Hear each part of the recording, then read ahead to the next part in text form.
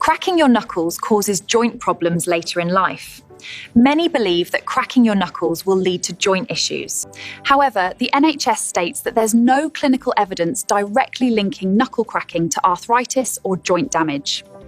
While it's true that some people may experience temporary discomfort, the full evidence is on Medwiki. This is for general information only. Always speak to your GP for advice about your personal health. Check the full evidence on Medwiki's Myth Checker. Got a health question? Ask Medwiki.